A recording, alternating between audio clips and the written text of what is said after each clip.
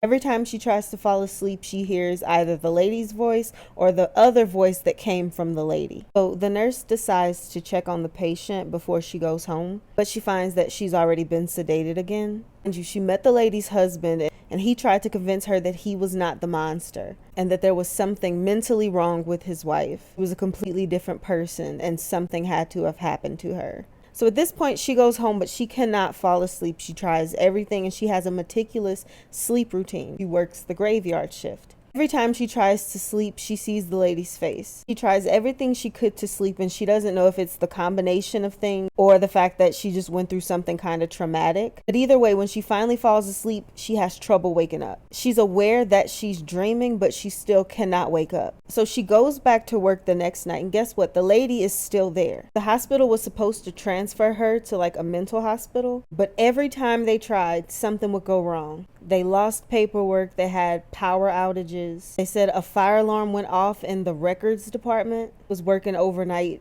in that department. It was like the hospital refused to let the lady leave. Well, they shoved her into a wing called Overflow. And in the short time that the nurse worked there, she had never used that wing, that hallway. Nobody told her why they put her there. It was like isolated from the other patients. She was curious, so she wanted to go and check on the lady. And when she did, she noticed someone was in the hallway. It was the priest from the video. Stunned, so she didn't say anything. She just backed away. She just like left.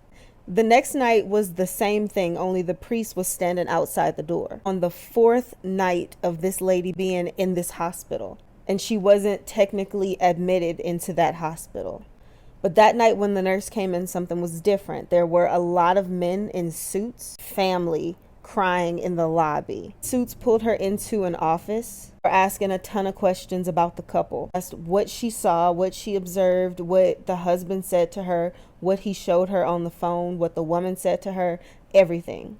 That's when she found out that the lady was gone. No cameras were working, no witnesses, no paperwork, no. Some people said that she escaped, and some people thought it was someone who worked at the hospital who helped her. Somebody said that a staff member opened the door and let her out and didn't remember doing that. But there was no camera footage of this happening. It's kind of what they assumed. They reminded her and everyone else that they could not talk about this. She expected it to be like a huge thing on the news, but nothing happened. There was a rumor that she fled to a different country. She no longer works at that hospital, but she said it was weird from then on. Everyone would find random videos on their phone that they never recorded. Like their phones would just start recording while sitting on a desk or in a locker. Cabinets opened and closed on their own. Papers would randomly fly off the desk.